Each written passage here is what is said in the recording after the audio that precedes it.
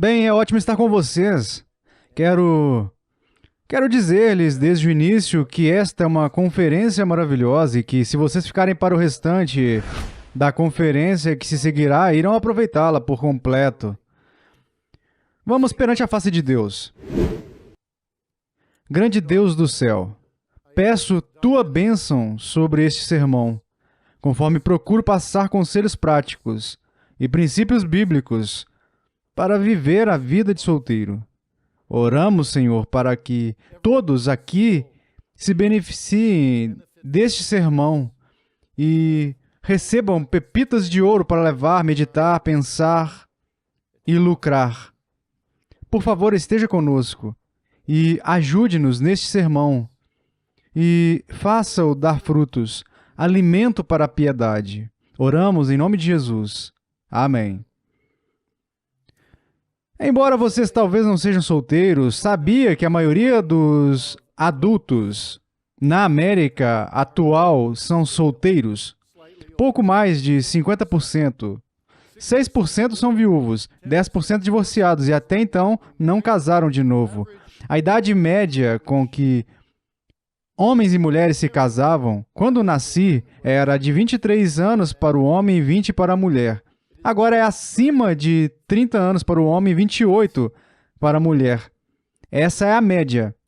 Assim, cerca da metade dos anos férteis são gastos antes de as mulheres de hoje se casarem. Agora, essas estatísticas significam que a maioria dos americanos vive uma vida de solteiro durante pelo menos a primeira década da sua vida adulta, se não mais tarde também. Margaret Clarkson observa que o estado de solteiro tem um efeito cumulativo no espírito humano, que é totalmente diferente aos 50 e aos 30. O estado de solteiro tornou-se a nova norma e o estatuto da maioria na nossa nação. Então, como devemos viver a vida de solteiro? O que farei neste sermão é expor 7 proposições bíblicas para vocês. As 3 primeiras são em relação ao Criador e as próximas 4 em relação a Jesus. Na sequência, quero lhes passar alguns conselhos práticos. Portanto, vamos nos mover, avançar em um ritmo bem rápido para acrescentarmos tais conselhos bíblicos. Então, número 1. O Senhor reina sobre o casamento e o estado de solteiro. O princípio bíblico é que não estamos no controle. Deus está. Paulo diz que Deus faz todas as coisas, Efésios 1:11, conforme o conselho da sua vontade. Deus criou o casamento no Jardim do Éden. Ele é o primeiro casamenteiro. Ele ordena cada casamento. Ele está no controle da nossa vida, da nossa morte, de cada fio de cabelo da nossa cabeça. E às vezes isso significa que Deus escolhe soberanamente remover os nossos desejos ou não nos dar o que desejamos. Ezequiel 24:16, Filho do homem, eis que as súbitas tirarei a delícia dos teus olhos. Deus pode impedir o casamento por anos, para servir a propósitos divinos que você nem sabe quais são. Essa é a sua soberania. José foi vendido como escravo aos 17 anos. Só depois dos 30 anos, ele ficou livre para se casar. Mas essa era a vontade de Deus para ele. Portanto, não controlamos o nosso estado conjugal, nem entendemos completamente porque Deus ordena que seja assim. Uma pessoa passará 70 anos casada. Outra se casará jovem, mas sofre muito com um casamento ruim. Outra ainda vivencia um cônjuge morrendo tragicamente jovem. Deus nos chama para caminhos profundos na vida. Caminhos profundos de submissão.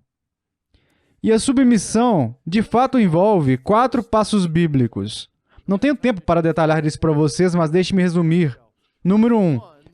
Aconteça o que acontecer conosco, nós reconhecemos o Senhor. É o Senhor. É o Senhor. Foi isso que Eli disse quando seus filhos foram mortos: é o Senhor. Se a mão do Senhor não estiver em alguma coisa, não há conforto em parte alguma. Número 2. Ir mais fundo na submissão é justificar ao Senhor. Está certo. Está certo.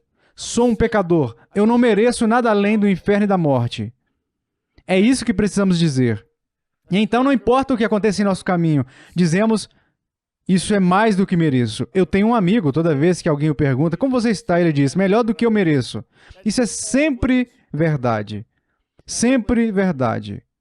Não importa quais fardos você esteja carregando. Certa vez entrei no primeiro andar de um elevador em minha cidade natal, Grand Rapids. Uma senhora entrou e ao subirmos ao 7º andar, eu pensei, bem, tenho cerca de 45 segundos para evangelizá-la. Perguntei a ela como estava o tempo. E ela disse que estava bom, e eu disse, bem, não é ótimo que Deus esteja no controle do tempo? E ela estava falando, ela disse sim, e eu disse, bem, sabe, muitas pessoas reclamam do tempo. Sim, ela disse, minha mãe me criou sempre dizendo que qualquer coisa acima da terra é a misericórdia do Senhor. Pensei, bem, ela é quem está me evangelizando. Vocês percebem o que ela está dizendo? Merecemos a morte e o inferno. Acreditamos que merecemos coisas ocultas. Mas Deus diz, serei misericordioso com você, mesmo que eu não te dê tudo o que você quer. E assim devemos concordar com Deus. Está certo, Senhor. Eu não mereço o que eu quero. Terceiro, não apenas reconhecemos e concordamos com Deus em verdadeira submissão, aprovamos Deus. Uma coisa é dizer que Ele está certo, outra coisa é dizer que está bem. Confio em Ti, Senhor, mais do que confio em mim mesmo. Coloquei as rédeas da minha vida em Suas mãos, porque creio que Tu és mais confiável para dirigir a minha vida do que eu. Veja, esse é um passo bem profundo de submissão, mas é um doce passo de submissão.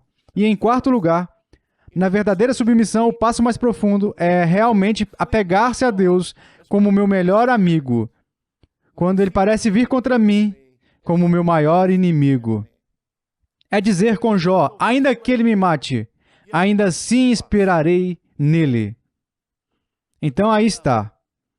Deus é o Senhor de todas as áreas da sua vida. E você deve se curvar diante disso, reconhecendo-o, justificando-o, aprovando-o e apegando-se a Ele. Esse é o princípio número 1. Princípio número 2. A lei de Deus limita a atividade sexual ao marido e à mulher. A lei moral diz, não adulterarás. O Catecismo de Heidelberg diz ao expor essa lei que devemos viver castamente e com moderação, seja no casamento santo ou na vida de solteiro. Em outras palavras, a lei de Deus também proíbe a fornicação entre as pessoas solteiras, sexual, toda atividade sexual entre pessoas que não são casadas entre si. E Paulo diz, 1 Tessalonicenses 4,3, pois essa é a vontade de Deus, a vossa santificação, que vos abstenhais da prostituição. Isso não está falando apenas sobre o ato de amor consumado no casamento. Está falando também sobre toques ou beijos íntimos antes do casamento. A lei regula até mesmo os próprios pensamentos, os desejos dos nossos corações e as palavras das nossas bocas, exigindo pureza interior, santidade na fala, em contraste com os modos lascivos e promíscuos deste mundo. João Calvino abordou isso bem. Eles são atacados por suas inclinações carnais. Eles, ou seja, você e eu, e deveriam colocar o temor de Deus em oposição às tentações desse tipo, cortar todas as entradas para pensamentos impuros e pedir ao Senhor para lhes dar suporte para resistir e se controlarem com todas as suas forças, a fim de extinguir as chamas da luxúria. Esse é o princípio número 2.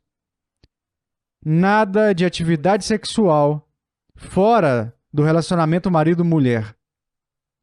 Princípio número 3. O estado de solteiro existe em tensão com a ordenança de criação do casamento estabelecida por Deus.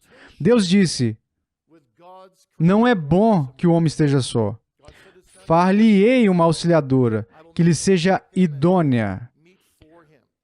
Portanto, o casamento não é apenas uma ideia humana, é uma ordenança da criação, instituída por Deus, tecida na própria estrutura da vida humana neste mundo, como fundamental para todas as outras sociedades neste mundo. Então, Paulo diz para se abster da fornicação que cada homem tem a sua própria esposa, cada mulher o seu próprio marido. Ora, as pessoas podem, às vezes, encontrar-se numa situação em que não podem se casar, pelo menos não nos limites da sabedoria e da retidão. No entanto, não conseguem evitar a ansiedade da solidão, que pode incluir solidão, frustração sexual, dificuldades financeiras, pressão ou crítica da família, medo e insegurança, e a dor dos sonhos não realizados. Portanto, essa tensão torna-nos vulneráveis à tentação, mas a tensão em si não é pecaminosa. Muitas vezes a ansiedade é a oportunidade de exercitar a obediência à vontade de Deus e tornar-se mais semelhante a Cristo. E isso coopera em conjunto para o nosso bem maior. Princípio número 4. Vou passar agora para os princípios que falam sobre o estado de solteiro no relacionamento com Cristo. Princípio número 4. Jesus Cristo permaneceu solteiro para iniciar uma nova criação.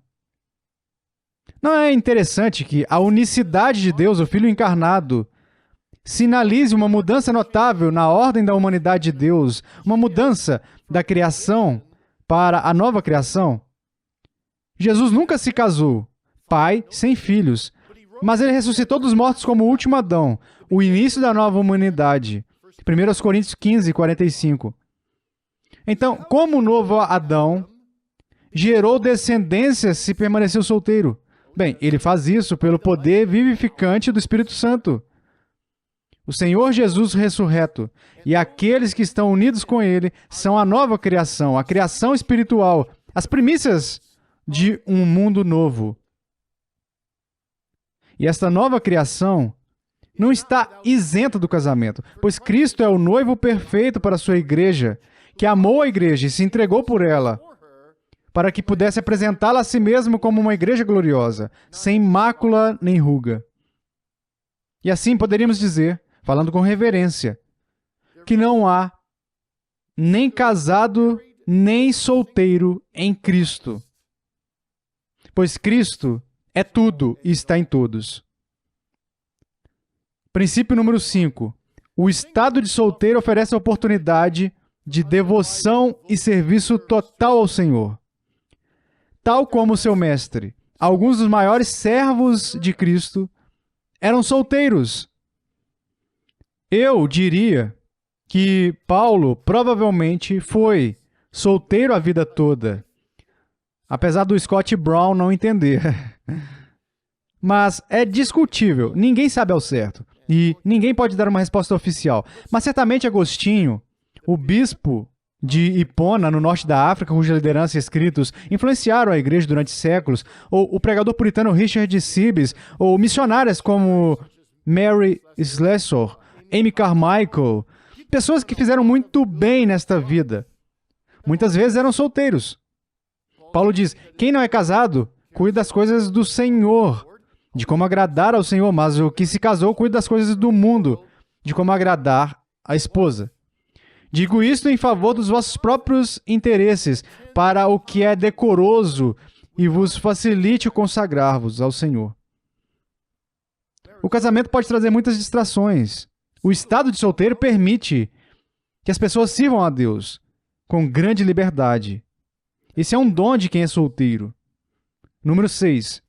Em Cristo, o estado de solteiro é um dom e um chamado. Um dom e um chamado. 1 Coríntios 7:7. Quando Paulo se refere ao estado de solteiro aqui como um dom, ele não está falando sobre dons espirituais. Ele está dizendo que o estado civil de cada cristão, em cada momento da vida, é um dom da graça soberana e merecida de Deus. Ser solteiro, desde que você seja solteiro, disse Taylor, é o que é melhor para mim neste momento da minha vida. E também implica que, sendo solteiro, Deus fornece a graça para viver em santidade sexual celibatária. Paulo continua dizendo, não pratiquemos imoralidade, 1 Coríntios 10, e promete, não vos sobreveio tentação que não fosse humana, mas Deus é fiel e não permitirá que sejais tentados além das vossas forças. Pelo contrário, juntamente com a tentação vos proverá livramento, de sorte que a possais suportar. Portanto, tanto o status, o casamento ou o estado de solteiro, trazem consigo uma vocação, um chamado para cumprir, uma administração. A propósito, a vida é toda uma questão de administração, usar o tempo e os talentos para o reino de Deus, e de acordo com os relacionamentos que não temos, bem como os relacionamentos e responsabilidades que temos. Então você é chamado para o estado de solteiro neste momento da sua vida, porque esse é o chamado e a escolha de Deus para você neste momento. No dia do juízo, como mordomo de Deus, Deus lhe perguntará como você passou seu tempo de solteiro. E Ele lhe perguntará como você passou seu tempo de casado. E você será responsável, entende? Por ambos, porque ambos são a sua vocação. Princípio número 7. Todos em Cristo serão solteiros, mas ninguém estará solteiro. O que quero dizer com isso? No final das contas, todos em Cristo serão solteiros, mas ninguém estará solteiro. Bem, a nova criação de Deus começou nas vidas individuais à medida que Cristo converte e santifica cada um dos eleitos de Deus. E esta nova criação um dia florescerá na renovação de todas as coisas nos novos céus e na nova terra. E nesse momento, entende? O Senhor Jesus ressuscitará seu povo dentre os mortos, trazendo-os para uma nova ordem de vida, na qual eles marinarão e habitarão na glória, a glória pura e não diluída de Deus. E Jesus disse que lá ninguém se casará. Na ressurreição, eles não se casam nem se dão em casamento, mas são como os anjos de Deus no céu. Pense sobre isso. Esta vida é menos que um grão de areia em relação a toda a areia deste mundo, em comparação com a eternidade. Thomas Watson disse que se você colocar toda a areia do mundo em uma enorme pilha que se estende por milhares de quilômetros, pense nos Estados Unidos, montanhas altas alcançando os céus. Se você colocasse toda a areia do mundo, ela provavelmente cobriria toda a nossa nação. E Watson disse que se um pássaro aparecesse a cada 1000 anos, pegasse um grão de areia e o transferisse para uma nova pilha, depois que os bilhões, trilhões, ilhões de anos se passassem e toda a mesma pilha fosse movida, a eternidade mal teria começado. Esta vida é tão curta. Se Deus decidir que você ficará solteiro nesta curta vida, lembre-se que todos serão solteiros para todo sempre, em termos do estado de casamento no céu, no que diz respeito aos relacionamentos horizontais. E, no entanto, ninguém será solteiro no céu, porque todos os redimidos do Senhor se casarão no casamento espiritual, definitivo, beatífico, glorioso e utópico com o Senhor Jesus Cristo. Certa vez li a história de uma jovem que sempre quis se casar. Ela teve câncer aos 42 anos, morreu aos 43. E quando ela estava morrendo, ela disse ao pai, "Pai", ela disse, "eu sempre quis me casar. Finalmente vou realizar o desejo do meu coração." O pai dela achou que algo estava errado com a mente dela no final. E ele diz, bem, tentando diminuir o tom, ela diz, "Não, pai, você não entendeu. Agora irei me casar com o Senhor Jesus Cristo." Esse é o casamento perfeito e utópico. Alegremo-nos, exultemos, Apocalipse 19, e demos-lhe a glória, porque são chegadas as bodas do Cordeiro, cuja esposa a si mesma já se ataviou. Entendem? Essa é a principal coisa. Ataviou. Esteja pronto para o casamento eterno com o Cordeiro. Esteja pronto para aquele lugar onde todos em Cristo serão solteiros. E ainda assim, ninguém será solteiro. E nesse casamento não existe falhas. Esse casamento nunca precisará de terapia. Esse casamento nunca terá discussões. Esse casamento será absolutamente perfeito. Você irá se regozijar em Cristo, como seu cônjuge celestial, que é o único que possui glória e felicidade infinita. Bem, esses são os 7 princípios bíblicos que encontro. Sem dúvida, há muito mais. Mas essa é uma estrutura para viver uma vida de solteiro aqui, neste mundo. Agora, alguns conselhos práticos. Quero lhes dar conselhos práticos em quatro tópicos. O primeiro, e todos eles têm a ver com glorificar a Deus, porque esse é sempre o propósito de todas as coisas na vida, certo? Você deve viver para a glória de Deus. Qual é o propósito do homem? Viver para a glória de Deus. Então, 4 categorias. Número 1. Conselhos práticos para uma vida boa que glorifique a Deus. Uma boa vida. Todo mundo quer viver uma vida boa, não é? Bem, como vocês, solteiros, podem cultivar uma vida que seja verdadeiramente boa? Deixe-me passar algumas ideias. Número 1.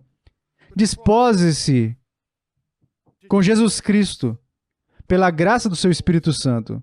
O noivado, em termos bíblicos, era algo parecido com o noivado hoje, só que ainda mais forte. Se você fosse noivo de alguém e rompesse esse relacionamento, você realmente teria que ir e se divorciar.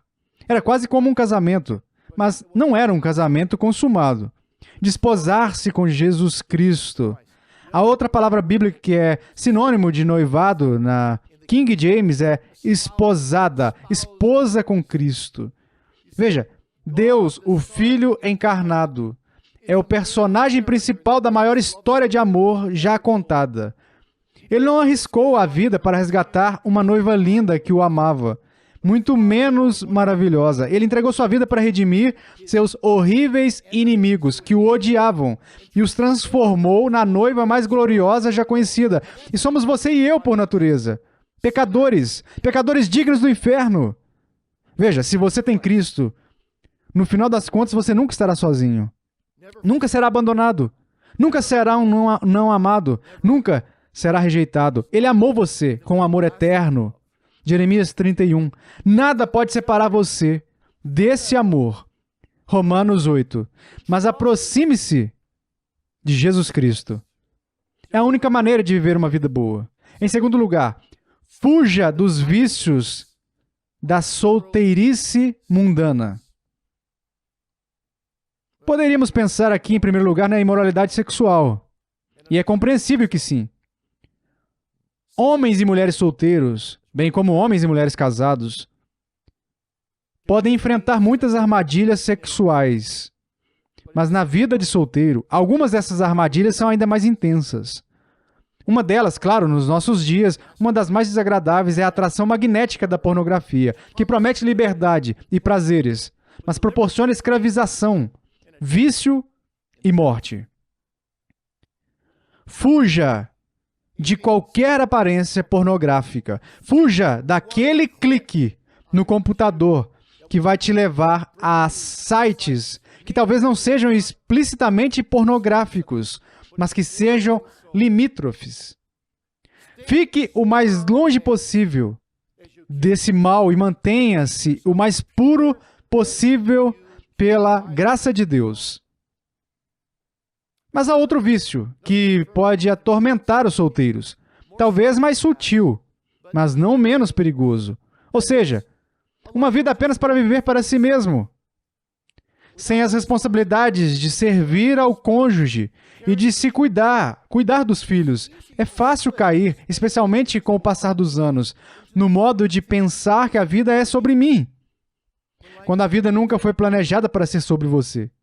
Paulo diz: Cristo morreu para que os que viveram não vivam mais para si mesmos, mas para aquele que por eles morreu e ressuscitou. Portanto, seja solteiro ou casado, a vida não se trata de pertencer a mim mesmo, mas de pertencer a Jesus Cristo. É tudo sobre Ele. E essa é a única maneira de viver uma vida boa. Você não pertence a si mesmo, mas foi comprado por um preço, diz Paulo, 1 Coríntios 6. Portanto, fuja de usar o que Deus te deu, seja seu corpo, sua mente, sua vontade, suas habilidades, sua riqueza, seus amigos, sua fama, como meio de obter glória para si, prazer para si, facilidade para você. Todas as coisas egoístas que o antepassado da igreja Agostinho chamou de caldeirão de amores profanos. Agostinho confessou em suas famosas confissões: vivo em um mundo que é um caldeirão de amores profanos, que não amo mais, mas amei amar. Procurei algo para amar porque estava apaixonado por amar, em vez de realmente amar. Veja, Agostinho concluiu que, em última análise, tudo era amor próprio, que então, se não for satisfeito, leva à autopiedade. Em vez disso, vocês querem saber o que Calvino disse? Esta é uma citação famosa de Calvino, uma frase poderosa. Não somos de nós mesmos. Portanto, não deixemos que nossa razão nem nossa vontade influenciem nossos planos e ações. Nós não somos de nós mesmos. Portanto, não façamos nosso alvo à busca daquelas coisas que nos sejam agradáveis.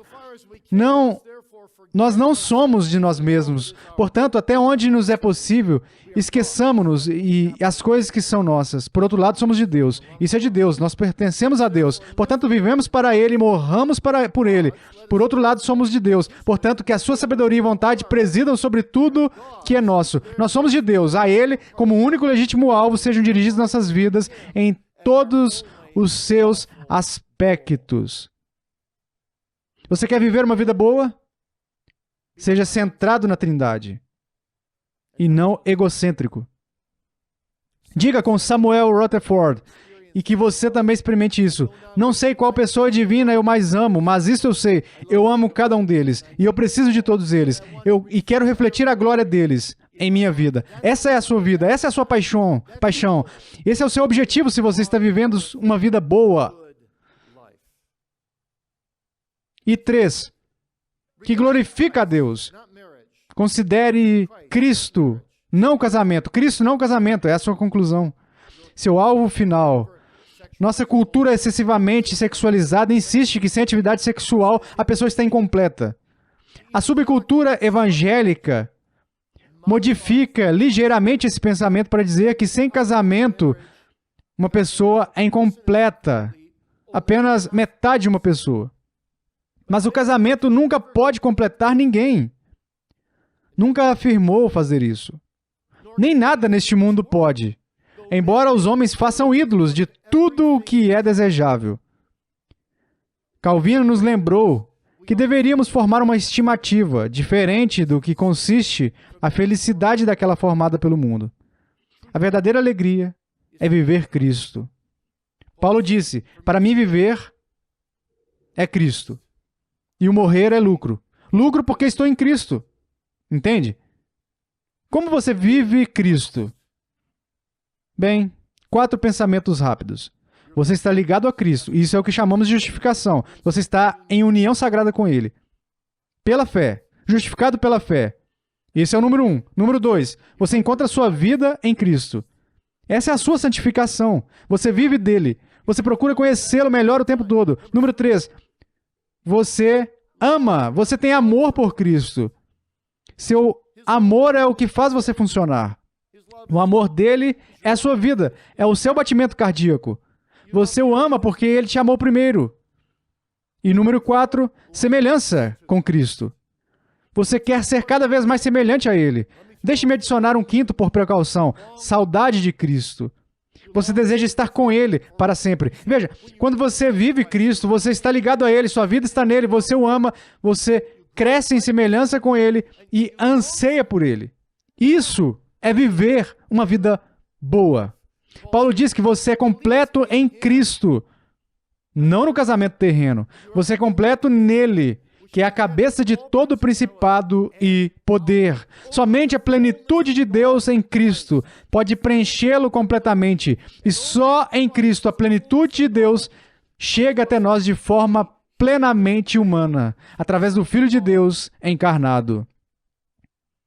Portanto, enquanto você deseja um cônjuge piedoso, que é um bom desejo, você deve ter ainda mais fome e sede de Cristo, para conhecê-lo melhor, para se aprofundar em seus ofícios de profeta, sacerdote e rei, sua pessoa, sua natureza, tudo quem ele é.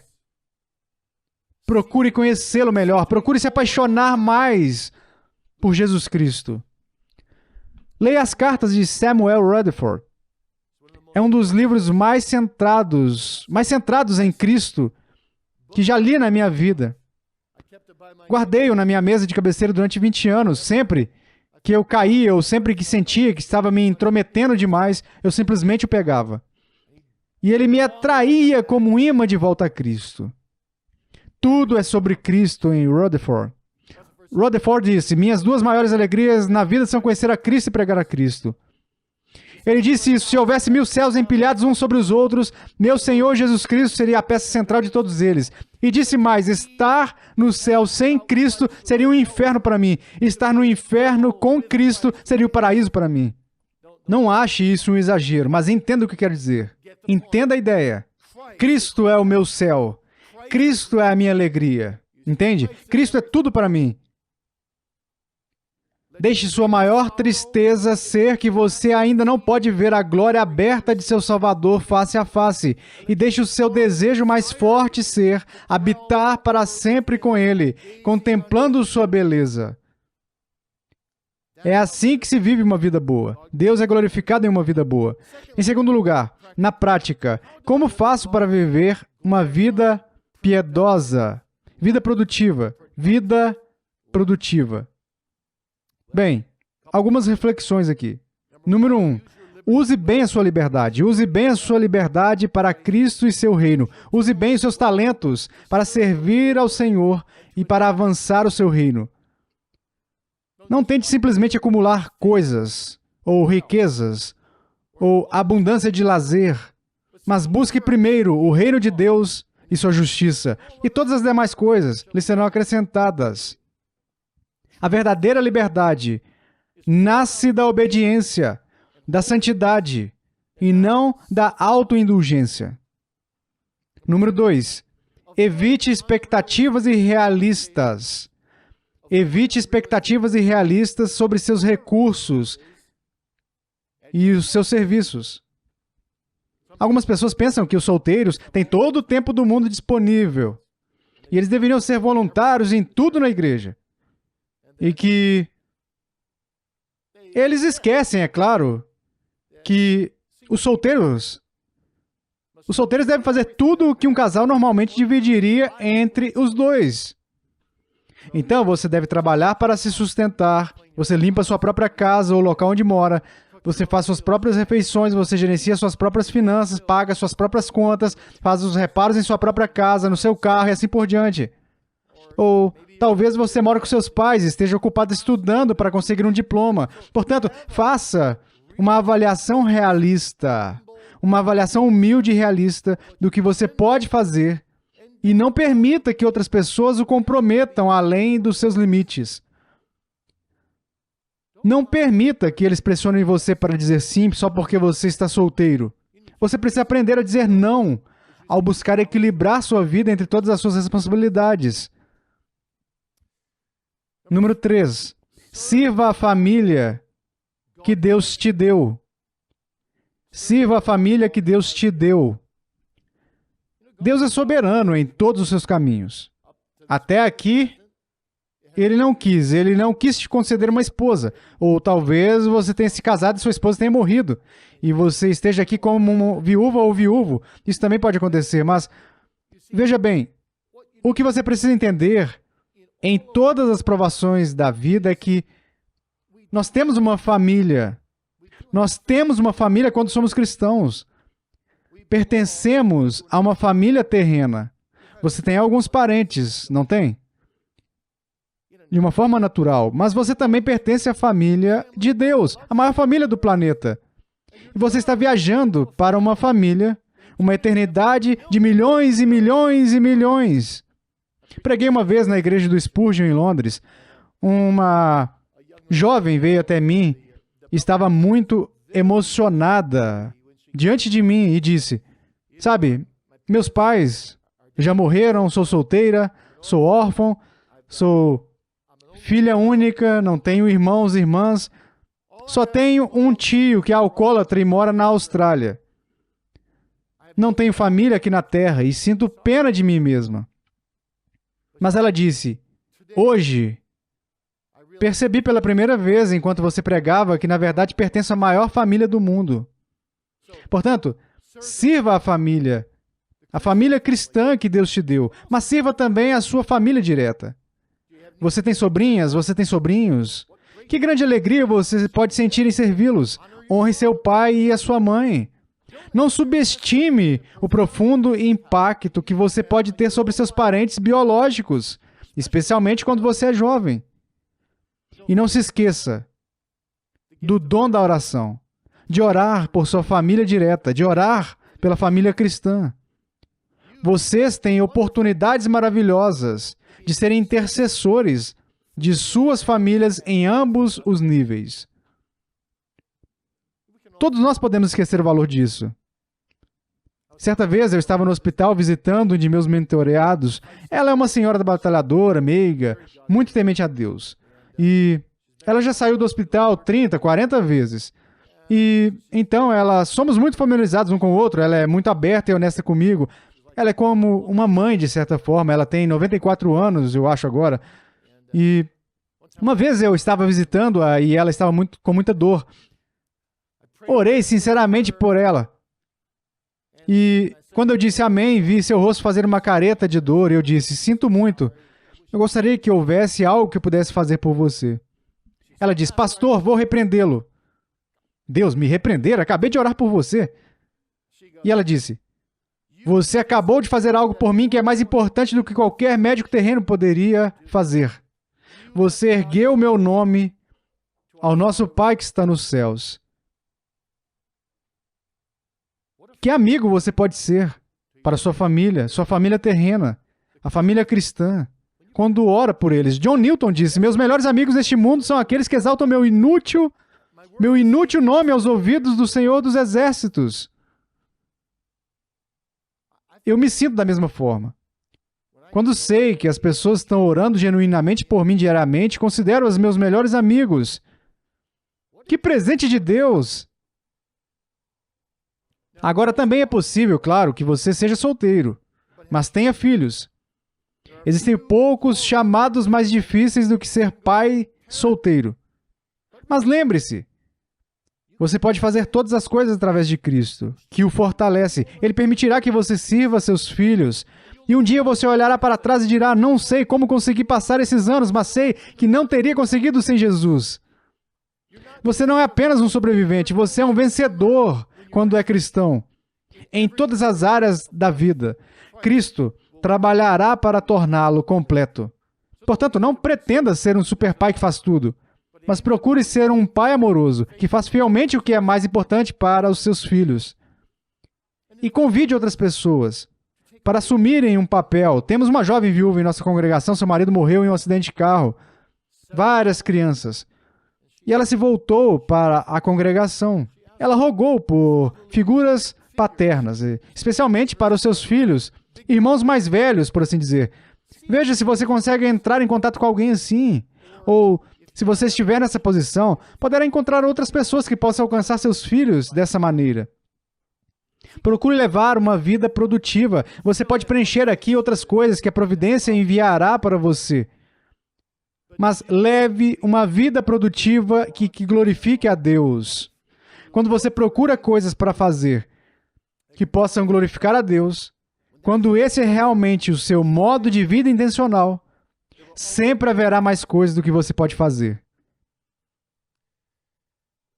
Então, a terceira área de conselhos práticos para uma vida que glorifica a Deus não é apenas viver uma vida boa e produtiva, mas uma vida de solteiro que glorifique a Deus presentemente. Enfatizo a palavra presente aqui. Algumas reflexões agora. Primeiro, aceite já as aflições temporárias da vida de solteiro sobre essa submissão. Seja o que for que Deus tenha para o seu futuro. Seja o que for que Deus tenha para o seu amanhã. O cronograma dele para você agora é o celibato. Então, aceite a dor. Aceite o cronograma de treinamento do seu Pai Celestial, enquanto Ele te guia em seus caminhos. Hebreus 12:11 coloca dessa forma: toda a disciplina com efeito no momento não parece ser motivo de alegria, mas de tristeza. Ao depois, entretanto, produz fruto pacífico aos que têm sido o quê? Por ela exercitados. Exercitado no grego é ginásio, do qual obtemos academia, e se refere a um esporte muito parecido com o boxe, onde você tem o sparring nos tempos gregos, e o sparring olha para qualquer ponto do seu corpo que tenha um pouco de flacidez e ele soca essa parte. E nesse esporte você nunca seria bom se fugisse desse sparring, se fugisse para o ginásio e seguisse seu próprio caminho. E Deus está nos dizendo que nós precisamos abraçar suas aflições soberanamente ordenadas, permitir que Ele nos surre, por assim dizer, para nos firmar e nos preparar para sermos mais úteis em seu reino. Portanto, não fuja do ginásio de Deus. Em vez disso, receba a dor como uma dádiva dele. Confie que ela não durará para sempre e que levará a um peso eterno de glória ainda maior, como Paulo aborda em 2 Coríntios 4. Número 2, mesmo ao abraçar essa dor, não tenha medo ou vergonha de buscar o casamento. Não tenha medo ou vergonha de buscar o casamento. É a boa criação de Deus. Não há nada de errado em persegui-lo ativamente. Agora, isso significa que se você deseja se casar, é prudente colocar-se em situações em que você possa conhecer cristãos piedosos do sexo oposto e desenvolver amizades saudáveis, sem riscos e não sexuais com eles, esperando no Senhor por orientação futura. Assim como a submissão de uma esposa ao marido não a torna passiva, uma mulher solteira não precisa ser passiva em relação a homens solteiros, mesmo que um homem deva tomar a iniciativa. Mas uma mulher pode encorajar um potencial pretendente piedoso de uma forma bíblica edificante. Não há nada de carnal ou vergonhoso em homens e mulheres que buscam o casamento. É bom, é natural. É até necessário para a continuação da raça humana e para a perpetuação da igreja nas gerações futuras. E terceiro, considere o estado de solteiro intencional para servir o reino de Deus. Quando você está solteiro há vários anos, você diz que está chegando aos 20 anos e, obviamente, você se pergunta, é isso em algum momento, não é? É esta vontade de Deus que eu viva uma vida de solteiro? Jesus usa aqui uma imagem surpreendente, um tanto surpreendente de eunucos, falando de pessoas que escolhem um estilo de vida de celibato por causa do reino dos céus. Os eunucos eram homens dedicados ao serviço de um rei. Portanto, a imagem aqui não é apenas de celibato, mas de celibato voluntário para servir a Deus e avançar o seu reino.